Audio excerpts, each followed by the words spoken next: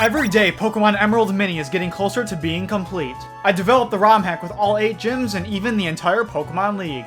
This includes the story with Team Magma and Team Aqua and the whole Groudon vs Kyogre event. The 7th gym features all double battles for its challenge, and the 8th gym has 2 rounds of trainers, but in the 2nd round, a thunderstorm appears, boosting all water-type Pokemon, so you gotta be careful. I'm also really happy that I mapped out all the towns and cities in the game, including Moss Deep, Sootopolis, and Pacific Log Town, which all turned out great. Since the water routes near the end of the game have been greatly scaled down in size, I didn't want all the trainers to be crammed into a small area. So, I added this little area above Pacific Log Town where you can at least battle a few of them. Sky Pillar has also been shrunk down to this cute little form factor, and I decided to just remove the bike puzzle entirely because it can be kind of annoying. I just wanted you to be able to reach the top a little faster because the whole point of Emerald Mini is being able to complete the game faster. Also, Pokemon Emerald's biggest flaw in my opinion was allowing you to have a level 70 Rayquaza before the 8th gym. So, in my ROM hack, I reduced it to level 45, just like Groudon and Kyogre were in Ruby and Sapphire. I know many of us don't even prefer to use legendaries on our team, but for those who do, I didn't want Rayquaza to be too OP. Once you reach Evergrande City, you'll also have to battle Wally just like the original game, but since he's your rival in this game, I decided to make this battle with him a little more epic. First, the battle takes place outside Victory Road, and there's this cool little cutscene with him slowly walking up to you for a battle. Wally's team has also been radically changed for this fight, but I really don't want to spoil it in this video.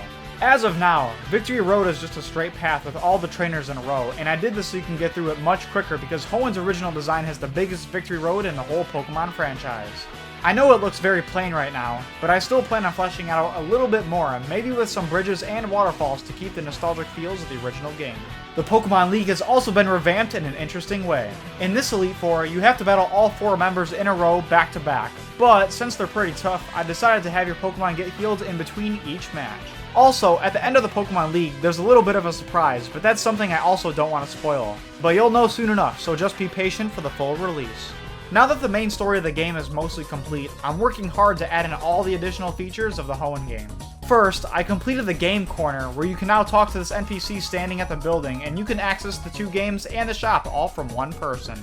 I also created my own version of the Trick House, in which after battling a few trainers, you approach little rest stops and then you can keep going. This little Kirlia is present at each rest stop, and you can teleport back to the beginning and your progress is saved at which rest stop you got to. This will allow quick access to get back to where you were. Now, unlike the original game, when you reach the end, you now get to battle the Trick Master himself, and there's even a little secret reward for beating him. That's another big thing I'm not going to spoil, but trust me, you'll want to make sure you check that out. Another part of the game I finished working on is being able to find the Regitrio. Once you dive underwater to where Sealed Chamber is, you can unlock the 3 Regis, but you'll still need Wailord and Relicanth in your party just like the original game. Once you unlock the Regis, go to their spots in the map and you can battle them right there from the outside. This is much faster than needing to figure out every separate puzzle that they used to have. And for all you shiny hunters out there, this will allow you to quickly rebattle them over and over to try and find a Sparkly Boy. I also just added a way to obtain the fossils in Emerald Mini, which is very similar to Ruby and Sapphire. I decided to just get rid of Mirage Tower entirely. It's a really cool concept in the original Emerald, however, it can be difficult waiting for it to show up, and it's also another place with a pain-in-the-butt bike puzzle. Once you grab your fossil in the corner of the desert, the other one sinks into the sand, just like Ruby and Sapphire, but you can still go to Desert Underpass in the post-game and obtain the other fossil just like you could in the original Emerald.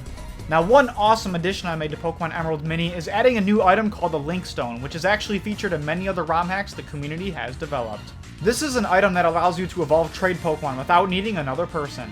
This is great for getting Pokemon like Golem, Alakazam, Gengar, and the others. Now in my ROM hack, this item also works a little different, because you can use the Link Stone on other Pokemon that needed to be traded with held items like the Metal Coat or King's Rock. So Pokemon like Steelix, Slowking, and the others can all be obtained with the same item. The only Pokemon with the held item trade this does not apply to is Clamperl because it has 2 different evolutions. But now, you can use the Deep Sea Scale and Deep Sea Tooth as evolution items directly, just like the stones. Now for those of us who do have friends and still want to trade to acquire Pokemon, I did create an area to do that at, which is at Trainer Hill. One thing to note too is Emerald Mini will be fully compatible with trading and battling with the original GBA games, because I didn't change any of the core mechanics of the ROM. So please have fun with that. The only missing feature will be being able to mix records, and that's because Emerald Mini will not feature secret bases, and I'm going to create another method of obtaining the Eon ticket in the game anyways. Now, Trainer Hill is initially full of those little speed challenges, but in my ROM hack, Trainer Hill has been fully redeveloped into a training facility. I made this entire area where you can grind EVs for your Pokemon. For those of you who saw my latest YouTube short, you already know about this. There's a trainer for each of the different stats, and when you battle them, they have a full team of 6 Pokemon that yield 1 EV for each particular stat. This will be available as soon as you get 3 gym badges, so it's a great way to train early on. Now when you beat the Pokemon League, another room will unlock with a trainer who has all Chanseys that you can battle for some quick XP grinding. I think this would be too OP to have during the main story of the game, but in the post-game, I want to have lots of new boss fights in which their Pokemon will be very tough and high level. This will also help for when I implement rematching gym leaders and the Elite Four. Well, that's mostly it so far. I still have lots of things to work on and some bug fixes to make before I release this ROM hack to the public. But if you're interested in joining my beta testing team, go ahead and join my Discord at the link in the description. I'm still going to keep working on Emerald Mini as much as I can, because I still have to add the Battle Frontier and lots of other little areas such as the underwater routes, the Safari Zone, and other core game features like the Battle Tents and Contest Hall. Thanks for watching, and if you really want to support me with this growing YouTube channel, please consider becoming a channel member. I have lots of plans for other projects beyond Emerald Mini, and I'm working my hardest to create fun and entertaining videos revolving around the Pokemon franchise.